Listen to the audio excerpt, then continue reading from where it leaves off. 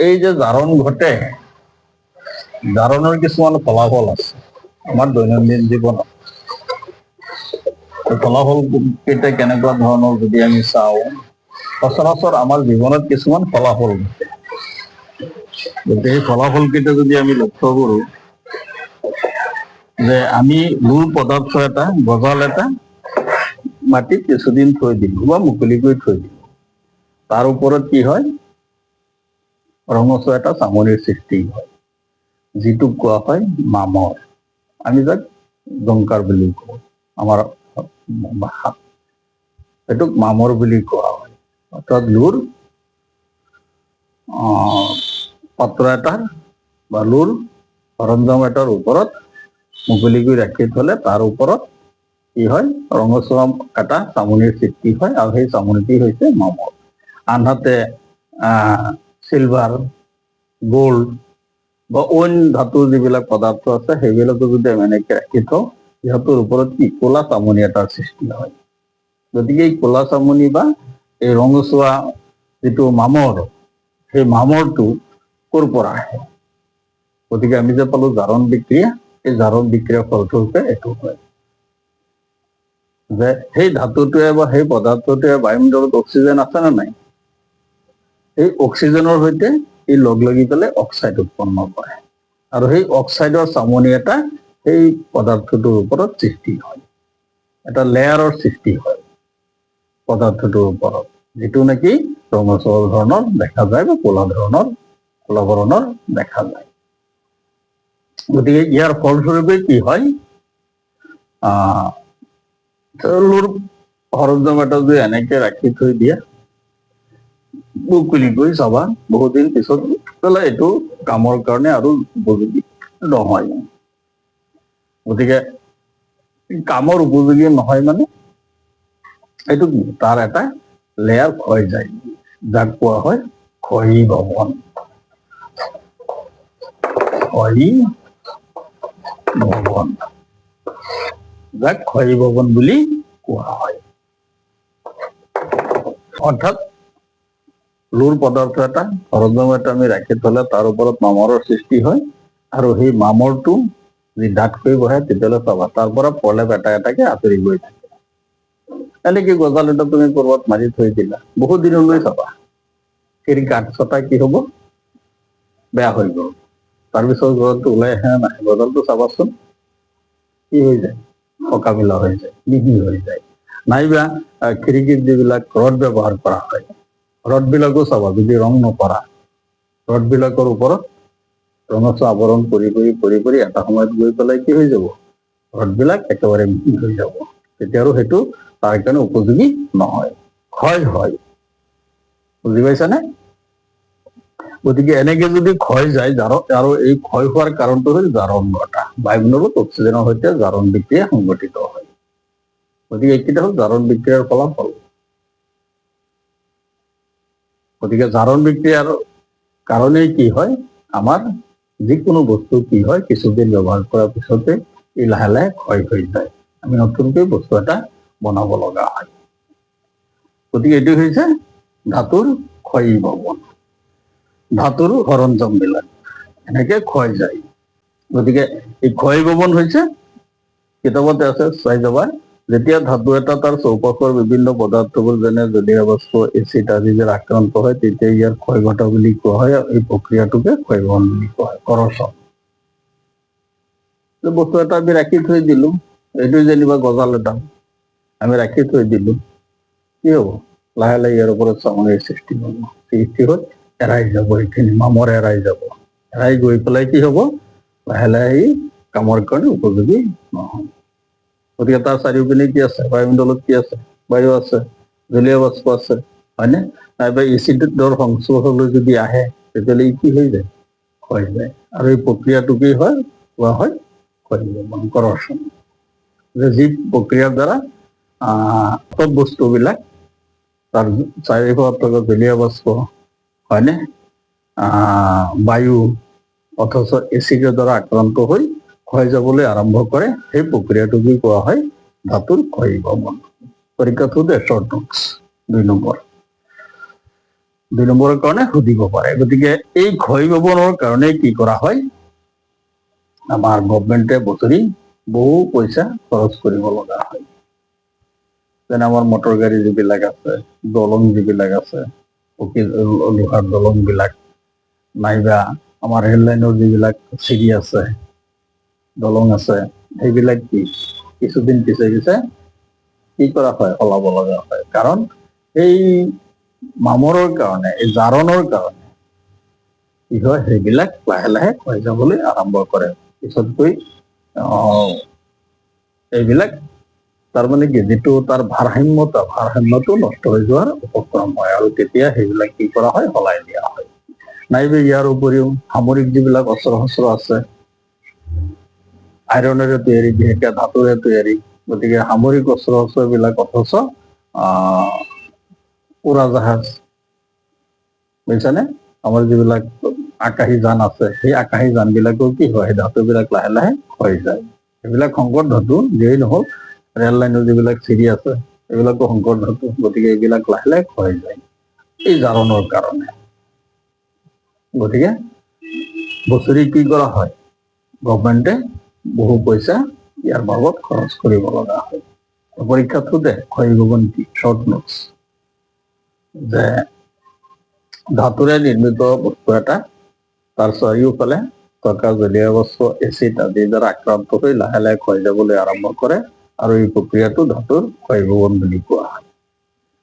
ধাতুৰ ক্ষয় ভৱনৰ প্ৰধান কাৰণ হৈছে জাৰণ বিক্ৰিয়া সংঘটিত হয়। সেই ধাতুটোৱে তাৰ চাৰিওফালে থকা জলীয় বাষ্প, অৰ্থাৎ বায়ুমণ্ডলত থকা বায়ুৰ সৈতে বিক্ৰিয়া কৰি এটা অক্সাইড উৎপন্ন কৰে, ধাতৱ অক্সাইড উৎপন্ন কৰে, আৰু সেই ধাতৱ অক্সাইডটোৱে তাৰ ওপৰত এটা লেয়াৰৰ সৃষ্টি কৰি চামনিৰ সৃষ্টি কৰে, আৰু ধাতুটো লাহে লাহে ক্ষয় যায়। গতিকে ইয়াৰ বাবদ আমাৰ চৰকাৰে কি কৰে, বছৰি বহু ধন খৰচ কৰিব লগা হয়, ব্যয় কৰিব লগা হয়। মটৰ গাড়ী, দলং, সামৰিক অস্ত্ৰ শস্ত্ৰ ইত্যাদি কিছুদিন পিছে পিছে মেৰামতি কৰিব লগা হয়, সলাব লগা হয়। হল, এতিয়া এই ক্ষয় ভৱন ৰোধ কৰিবৰ কাৰণে আমি কিছুমান চিন্তা কৰিব লাগিব। একেবাৰে কমপ্লিট ৰোধ কৰিব নোৱাৰিলেও ইয়াক কিছু সকাহ দিব পাৰিম। কেনেকুৱা ধৰণৰ, এতিয়া তোমালোকে চাইকেল চলোৱা, বাইক চলোৱা, চাইকেল চলোৱাত কি কৰা হয়, চাবা চাইকেলৰ বল বিলাক যেতিয়া লগোৱা হয়, তাত কি কৰা হয়, গ্ৰীজ সানি দিয়া হয়, তেল এটা সানি দিয়া হয়, বুজিছানে, বল বিলাক যে লগাই, দেখিছানে মেকাৰ বিলাকে লগাই যায়।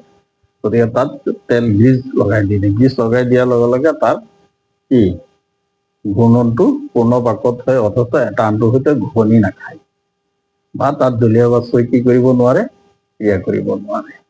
ঠিক একেদৰে আমাৰ চাইকেলৰ যিবিলাক হেণ্ডেল আছে, তাত চাবা ওপৰত বগা চামনি এটা আছে, ভিতৰতহে লোহা। গতিকে ওপৰৰ বগা চামনিটো এটা সংকৰ ধাতু, গতিকে চামনিটো দি দিয়া হয়। কেতিয়াবা কি কৰা হয়, আমাৰ বস্তু বাহিনী বিলাকত তেল দি মুচি ৰাখিলেও তাত কি হয়, সোনকালে নষ্ট নহয়। গতিকে কি কৰা হয়, তেল সানি, গ্ৰীজ দি, নাইবা ৰং সানি কি কৰা হয়, ধাতুৰ ক্ষয় ভৱন আমি কি কৰিব পাৰি, ৰোধ কৰিব পাৰি। বা এটা ধাতুৰ ওপৰত অন্য এটা ধাতুৰ লেপন দি, প্ৰলেপ দি কি কৰা হয়, ধাতুৰ ক্ষয় ভৱন ৰোধ কৰা হয়। গতিকে দুটা জানিলেই।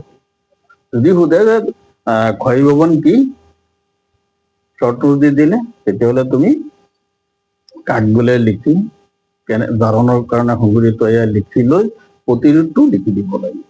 ইয়াক কেনেকৈ আমি কমাব পাৰিম, নাশ কৰিব নোৱাৰি, কমাব পাৰিম। এনেকে আমাৰ ঘৰৰ টিম বিলাকত কি হয়, কেতিয়াবা মামৰে ধৰে, বহুত দিন ব্যৱহাৰ লগাই থৈ দিছা, মামৰে ধৰিছে, ৰং চঙীয়া হৈ গৈছে। গতিকে ৰং চঙীয়া হোৱাৰ লগে লগে যিমান দিন যাব, তাৰ ওপৰত তুমি কি কৰা, ৰং এটা সানি দিয়া, চাবাচোন আৰু বেছি দিন যাব নাই, আৰু 10 বছৰলৈ একো নহয়। তাৰমানে কি, ৰংটো দিয়াৰ লগে লগে জলীয় বাষ্পৰ যিটো ক্ৰিয়া, অৰ্থাৎ জাৰণ যিটো প্ৰক্ৰিয়া, সেই প্ৰক্ৰিয়াটো কম পৰিমাণে সংঘটিত হয়, যাৰ কাৰণে বস্তুটো বেছি দিনলৈ টিকি থাকে, বুজিছেনে। গতিকে জাৰণ প্ৰক্ৰিয়াৰ কাৰণে ক্ষয় ভৱন সংঘটিত হয়, আৰু ক্ষয় ভৱনটো ৰোধ কৰিবৰ কাৰণে আমি তেল, গ্ৰীজ বা ৰং সানি কি কৰিব পাৰি, ক্ষয় ভৱন ৰোধ কৰিব পাৰি।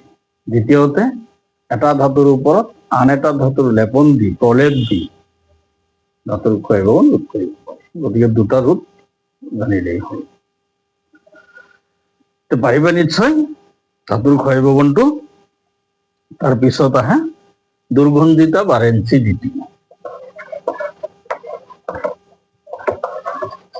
দুৰ্গন্ধিতা বা ৰেঞ্চিডিটি, এইটো শৰ্ট নিদিয়ে পৰীক্ষাত। এইটো জাৰণ প্ৰক্ৰিয়া, একেই এইটো জাৰণ প্ৰক্ৰিয়া। দুৰ্গন্ধিতা, খোৱা বস্তু বিশেষকৈ গৰমৰ দিনত ৰাতিপুৱা বনাই পেলাই থৈ দিলা, দুপৰীয়া খাব বুলি ওলাই আনিলা, চাবা বেয়া গোন্ধ এটা ওলাইছে, বুজিছানে? বেয়া গোন্ধ এটা ওলাই যায়। আনহাতে ৰাতি বনাই থৈ দিলা, ৰাতিপুৱা খাবলৈ ধৰিছা, সেইখিনি বেয়া গোন্ধ ওলাইছে, টেঙা গোন্ধ এটা ওলাই। গতিকে সেইখিনি আৰু খোৱাৰ উপযোগী হৈ নাথাকে, সেইখিনি কি হয়, টেঙা হৈ যায়, সোৱাদটো নাথাকে। গতিকে এই যিটো প্ৰক্ৰিয়া সংঘটিত হয়, এইটো জাৰণ প্ৰক্ৰিয়া, জাৰণ বিক্ৰিয়া। জাৰণ বিক্ৰিয়াৰ কাৰণেই এই দুৰ্গন্ধিতাৰ সৃষ্টি হয়। গতিকে এই খাদ্য বস্তুসমূহ সাধাৰণতে কি হয়, দুৰ্গন্ধযুক্ত হৈ যায়, সোৱাদটো নাইকিয়া হৈ যায়, খোৱাৰ উপযোগী নহয়। গতিকে তাত কি থাকে, সেই খাদ্য বস্তুখিনি, যিকোনো খাদ্য বস্তুত তেল বা চৰ্বি থাকে, হয়নে? গতিকে সেই তেল বা চৰ্বিয়ে কি কৰে,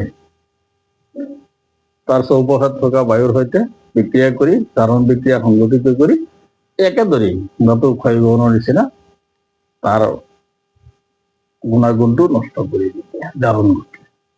সেই খাদ্য বস্তুখিনি গুণাগুণ নষ্ট কৰি পেলায়। অৰ্থাৎ খাদ্য বস্তু যদি আমি বেছি সময়লৈ থৈ দিওঁ, তেতিয়াহ'লে তাত জাৰণ ঘটে। জাৰণ ঘটি পেলাই কাৰ জাৰণ ঘটিব, তাত থকা তেল আৰু চৰ্বিজাতীয় অংশখিনি।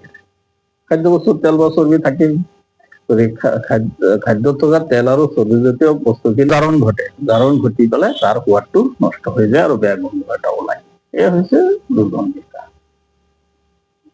যে খোৱা বস্তু যদি আমি বেছি সময়লৈ থৈ দিওঁ, তেতিয়া সেই বস্তুখিনিত থকা তেল আৰু চৰ্বিজাতীয় অংশখিনি জাৰণ ঘটে।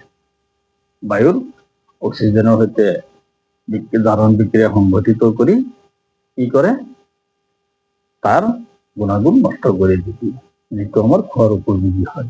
এয়া হৈছে খাদ্যৰ দুৰ্গন্ধিতা বা ৰেঞ্চিডিটি। হ'লনে? এতিয়া এই দুৰ্গন্ধিতা বা ৰেঞ্চিডিটি নোহোৱা কৰিবৰ কাৰণে কিছুমান পদাৰ্থ ব্যৱহাৰ কৰা হয়। সেই পদাৰ্থবিলাকক কোৱা হয় প্ৰতিজাৰক পদাৰ্থ। প্ৰতিজাৰক, দুৰ্গন্ধিতাও নাইকিয়া কৰিবৰ কাৰণে প্ৰতিজাৰক পদাৰ্থ, প্ৰতিজাৰক পদাৰ্থ ব্যৱহাৰ কৰা হয়। এন্টিঅক্সিডেন্ট, এন্টিঅক্সিডেন্ট প্ৰতিজাৰক পদাৰ্থ। গতিকে প্ৰতিজাৰক পদাৰ্থ সাধাৰণতে ক'ত ক'ত ব্যৱহাৰ কৰা হয় আমি সচৰাচৰ জানো।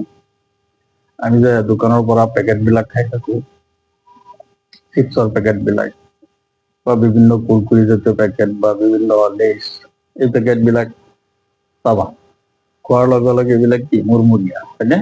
টেষ্ট এটা থাকে, কিন্তু টেষ্ট থকাৰ লগে লগে তাত চাবা টেঙা জাতীয় সোৱাদ এটা, টেঙা ধৰণৰ স্বাদ এটা পোৱা যায়, বুজিছানে?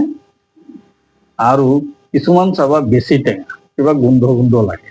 যিবিলাক গোন্ধ গোন্ধ লাগে সেইবিলাক কি বেয়া হৈ গৈছে, তাৰমানে সময়টো পাৰ হৈ গৈছে। গতিকে টেঙা জাতীয় টেঙা টেঙা লাগে নতুন পেকেটবিলাক যদি আমি খাওঁ, অলপ সোৱাদটো টেঙা ধৰণৰ হয়। তাৰ কাৰণ হ'ল তাত কি কৰা হয়, পেকেটবিলাকত নাইট্ৰজেন গেছ ভৰাই ৰখা হয়। চাবচোন, পেকেটত লেজ থাকিব মাত্ৰ কেইটামান, আলুৰ পিচ কেইটামান থাকিব মাত্ৰ। পদাৰ্থ খোৱা খাদ্য বস্তু অকণমান, কিন্তু পেকেটটো খোলা থাকে। গতিকে তাত কি থাকে, সেই পেকেটৰ ভিতৰত যিখিনি খাদ্য বস্তু আছে সেইখিনি নষ্ট নহবৰ কাৰণে তাত কি কৰা হয়, নাইট্ৰজেন গেছ ভৰাই দিয়া হয়। আৰু সেই নাইট্ৰজেন গেছটো এটা নিৰ্দিষ্ট সময়লৈকেহে তাত থকা খাদ্য বস্তুখিনি সংৰক্ষিত কৰি ৰাখে। সেই সময়টো পাৰ হ'লে সেইখিনি একো বেয়া গোন্ধ ওলায়। কিছুমান দোকানত চাবা পেকেট জাতীয় পদাৰ্থবিলাক বহু দিনলৈ থৈ দিয়ে, বহু পুৰণা দি দিয়ে, সেইবিলাক নল'বা, সেইবিলাক বেয়া হৈ যাব।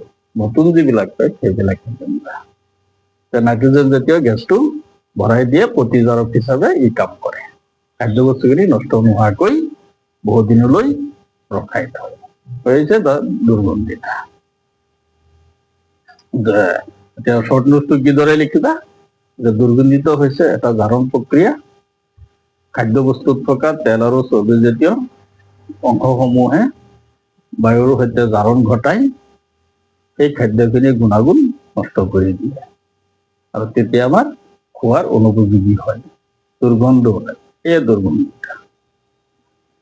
গতিকে এই খাদ্যবস্তুখিনি সোনকালে নষ্ট নহবৰ কাৰণে বা বেছি দিনলৈ নষ্ট নোহোৱাকৈ ৰাখিবৰ কাৰণে তাৰ লগত প্ৰতিজাৰক পদাৰ্থ ব্যৱহাৰ কৰা হয়।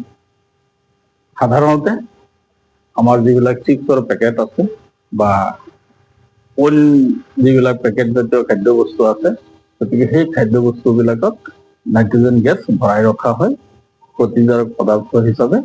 আৰু এই নাইট্ৰজেন ভৰোৱাৰ লগে লগে কি হয়, সেই খাদ্যবস্তুখিনি পেকেটৰ ভিতৰৰ খাদ্যবস্তুখিনি বহুদিনলৈ নষ্ট নোহোৱাকৈ থাকি যায়। এতিয়া এয়া হ'ল দুৰ্গন্ধিত বা পেঞ্চিডিটি। এতিয়া নিশ্চয় তোমালোকে পাৰিবা, ক্ষয় যৌৱন আৰু দুৰ্গন্ধিতৰ ওপৰত শৰ্ট নোটছ আহে, লিখিলে পাৰিবা।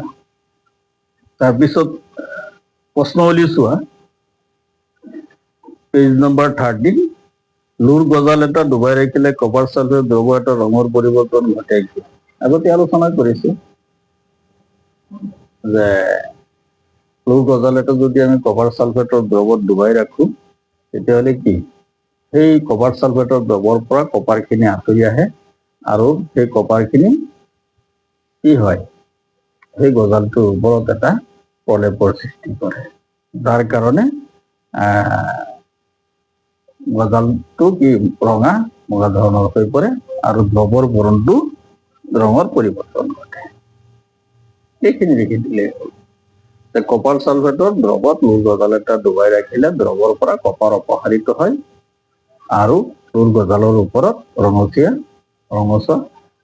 আৱৰণৰ সৃষ্টি কৰে আৰু ইয়াৰ লগে লগে কি হয়, দ্ৰৱৰ নীলা বৰণটো পৰিৱৰ্তন হৈ আহে, পাতল হৈ পৰে।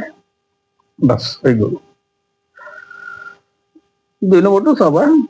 3 নম্বৰটো কি দিছে, তলৰ বিক্ৰিয়াকেইটাত জাৰিত আৰু বিজাৰিত হোৱা পদাৰ্থসমূহ বাছি উলিওৱা। এতিয়া আলোচনা কৰিলো জাৰিত আৰু বিজাৰিত পদাৰ্থ। চোৱা বিক্ৰিয়াকেইটা ধৰি তাৰপিছত পাবা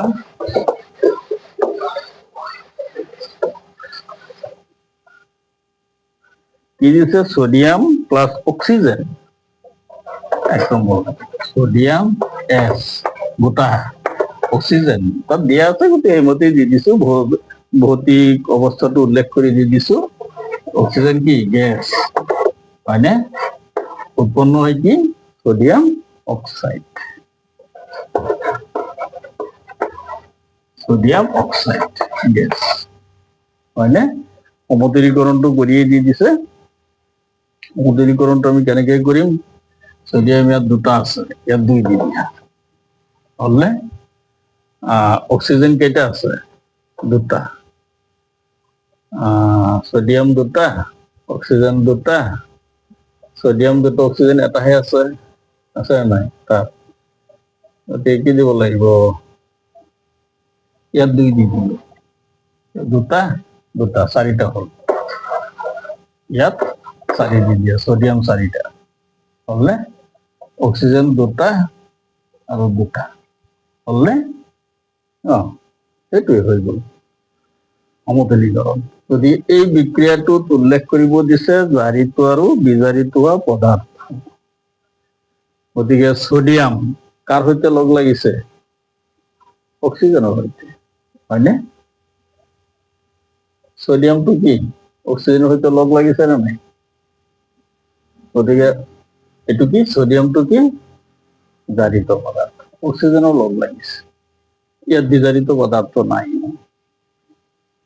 বুজি পাইছানে, বিজাৰিত পদাৰ্থ নাই কাৰণ অক্সিজেন আঁতৰা নাই, অক্সিজেন এক্সট্ৰাকৈ আছে, আঁতৰা নাই, কোনো পদাৰ্থৰ লগত সংলগ্ন হৈ থকা নাই। মাত্ৰ সোডিয়ামে কি কৰিছে, অক্সিজেনৰ লগ লাগিছে, গতিকে সোডিয়ামটো হৈছে কি জাৰিত পদাৰ্থ। এইটো ঠিক একেদৰে 2 নম্বৰটো কি দিছে কপাৰ অক্সাইড প্লাছ হাইড্ৰোজেন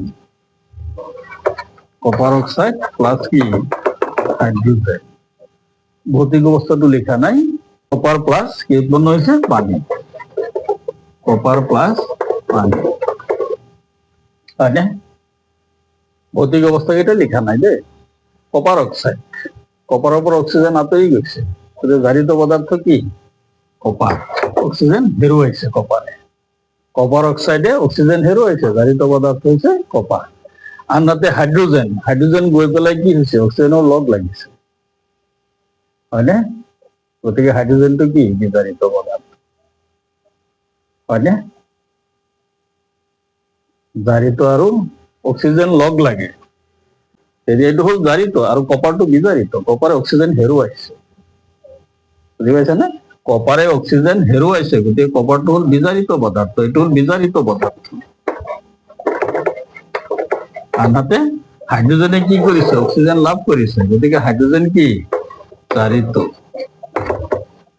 পানিলৈ জারিত হয়েছে হাইড্রোজেন অক্সিজেন পাইছে অক্সিজেন লাভ করে নাইবা হাইড্রোজেন হেৰুৱাই এটো হল জাৰণ আনহাতে অক্সিজেন হেৰুৱাই হাইড্ৰোজেন লাভ কৰে উল্টাকে এটো হল বিজাৰণ গতিকে কপাৰ অক্সাইডে অক্সিজেন লাভ কৰেছে হেৰুৱাইছে গতিকে কপার হল বিজারিত পদার্থ আনহাতে হাইড্রোজেন অক্সিজেন লাভ করেছে গতিকে হাইড্রোজেন কি জারিত পদার্থ গতিকে ডাইরেক্ট হাইড্রোজেন জারিত কপার বিজারিত লিখে দিলে বেলেগ একো নাই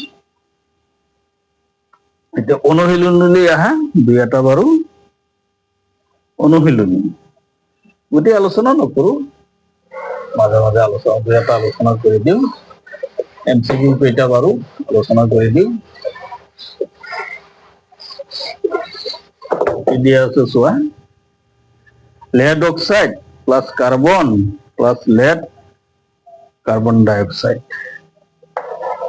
lead oxide plus carbon lead plus carbon dioxide ভৌতিক অবস্থা কেইটা উল্লেখ করা নাই তলত অপশন কেইটা দি দিছে lead বিজারিত হয়েছে কার্বন ডাই অক্সাইড জারিত হয়েছে কার্বন জারিত হয়েছে lead oxide বিজারিত হয়েছে আকৌ একত দিছে এ আৰু বি টু শুদ্ধ দুইত দিছে এ আৰু সি টু শুদ্ধ তিনিত দিছে এ বি আৰু সি টু শুদ্ধ 4 নম্বৰটো দিছে সকলো তাৰমানে ইয়াত আমি বিক্ৰিয়াটোত চাব লাগিব জাৰিত আৰু বিজাৰিত পদাৰ্থ কেইটা উলিয়াব লাগিব lead oxide অক্সিজেন লগ লাগি আছে না গতিকে ই কি কৰিছে অক্সিজেন হেৰুৱাইছে হয় না হেৰুৱাইছে না নাই গতিকে এইটো হল lead কি বিজাৰিত আমি আগধৰি এনেকে উলিয়াব লাগিব lead অক্সিজেন হেৰুৱাইছে lead বিজাৰিত কাৰ্বন চোৱা কাৰ্বনে কি কৰিছে অক্সিজেন লাভ কৰিছে গতিকে কি হ'ব অক্সিজেন লাভ কৰিছে গতিকে কি হ'ব কাৰ্বন হ'ব জাৰিত এটা পালো না এমসিকিউ কি আছে সেইটা পিছৰ কথা অপশন কি হচ্ছে সেইটা পিছৰ কথা কিন্তু lead অক্সিজেন হেৰুৱাইছে গতিকে lead বিজাৰিত পদাৰ্থ lead কাৰ্বন অক্সিজেন লাভ কৰিছে গতিকে কাৰ্বন বিজাৰিত পদাৰ্থ ইয়াত কোনটো হ'ব lead বিজাৰিত হৈছে হয় এ নম্বৰটো শুদ্ধ কাৰ্বন ডাই অক্সাইড জাৰিত হৈছে এটো নহয় কাৰ্বন জাৰিত হৈছে কাৰ্বন জাৰিত হৈছে 3 নম্বৰটো শুদ্ধ গতিকে আমাৰ অপশন কি হ'ব 1 নম্বৰটো এ আৰু আমাৰ কোনটো আহিব এ আৰু সি কাৰ্বন জাৰিত হৈছে 2 নম্বৰটো আমাৰ অপশন শুদ্ধ কোনটো হ'ব 2 নম্বৰ এ আৰু lead বিজাৰিত হৈছে কাৰ্বন জাৰিত হৈছে 2 নম্বৰটো 2 নম্বৰটো কি দিছে চোৱা 2 নম্বৰ প্ৰশ্নটো দিছে এটো ferric oxide plus aluminium ferric oxide plus aluminium উৎপন্ন হয়েছে অ্যালুমিনা প্লাস অ্যালুমিনা এটো অ্যালুমিনা বা aluminium oxide plus ferrous iron সমতুলীকরণ কেইটা কৰিছে যেতিয়া কৰি দি দিছো ইয়াত 2 আইৰণ দুটা আছে, এলুমিনিয়াম দুটা আছে, 2 বিক্ৰিয়া, অক্সিজেন 3টা বা এইখিনি মিলি আছে, যেই নহওক। এতিয়া এইটো এটা কি বিক্রিয়া ঘটিছে? সংযোজন বিক্রিয়া, দ্বিঅপহরণ বিক্রিয়া, বিযোজন বিক্রিয়া, অপহরণ বিক্রিয়া। সেই বিক্রিয়াকেইটালৈ মনত পেলোৱা। সংযোজন বিক্রিয়া কি আছিল? যে 2 বা ততোধিক পদার্থ লগ লাগি যদি মাত্র এবিধে বিক্রিয়াজাত পদার্থ উৎপন্ন করে, এবিধ বিক্রিয়া উৎপন্ন করেছে 2 বিধ, নহয় সংযোজন বিক্রিয়া। হল এইটো ক্যান্সেল। পিছৰটো দ্বিঅপহৰণ, আয়নৰ বিনিময় ঘটিব লাগিব। আয়নৰ বিনিময় ঘটা নাই, বিক্ৰিয়ক পদাৰ্থকেইটাৰ আয়নৰ বিনিময় ঘটিব লাগিব। আয়নৰ বিনিময় হোৱা নাই, ঠাই চেঞ্জ হোৱা নাই ইহঁতৰ। দ্বিঅপহৰণ, 2টা আয়নৰ বিনিময় ঘটিব লাগিব। গতিকে দ্বিঅপহৰণ গ'ল। বিযোজন মানে এটা পদাৰ্থক ভাঙি দিব লাগিব, বিক্ৰিয়ক পদাৰ্থ এটা হ'ব লাগিব আৰু ইয়াক ভাঙি দিব লাগিব। গতিকে তেনেকুৱা বিক্ৰিয়ক পদাৰ্থ এটা নাই, গতিকে কি নহয়? বিযোজন বিক্ৰিয়াও নহয়। অপহৰণ, গতিকে লাষ্টৰটো হ'বই। অপহৰণটো কেনেকৈ হ'ল চোৱা। ইয়াত আছে ফেৰাছ আৰু অক্সিজেন, আছেনে? ইয়াত আছে এলুমিনিয়াম। এলুমিনিয়ামে কি কৰিছে? ফেৰাছক আঁতৰাই দিছে, উঠাই দিছে। ধাতুৰ সক্ৰিয়তা শ্ৰেণীত এলুমিনিয়ামৰ স্থান আগত, ফেৰাছৰ স্থান তলত, বুজিছানে? গতিকে এলুমিনিয়ামে কি কৰিছে? ইয়াক খেদি পঠিয়াইছে, খেদি দিছে, খেদি দি নিজে পঠিয়াইছে, বুজিছানে? যে অপহরণ বিক্রিয়াটো কি আছিল?